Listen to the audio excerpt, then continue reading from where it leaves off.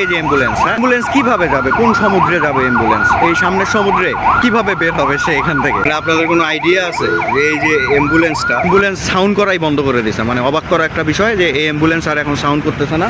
ওর আসলে বাঁচার কোনো পথ নাই। ও এই দীর্ঘ যানজট, এখানে যে সিচুয়েশন, এখান থেকে বের হতেও পারবে না।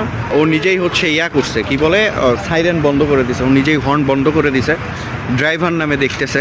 এখানে একটা রুগী আছে, তাই না? এটা পলাশবাড়ির বর্তমান অবস্থা।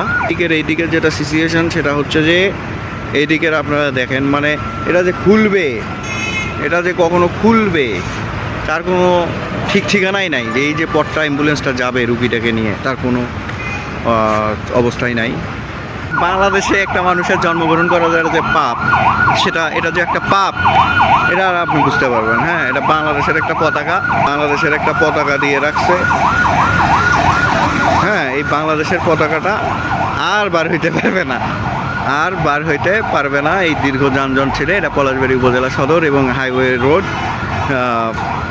তো এখানকার হচ্ছে এই সিচুয়েশন। এই অ্যাম্বুলেন্স যে আসলে কই যাবে, কার কাছে যাবে আমি বুঝতেই পারতেছি না। সে কি গাইবান্ধায় যাবে নাকি বগুড়ায় যাবে? মানে একটু আপনারা মনে করতেছেন যে আমি হেসে বলতেছি না, এটা যে কতটা কষ্টের।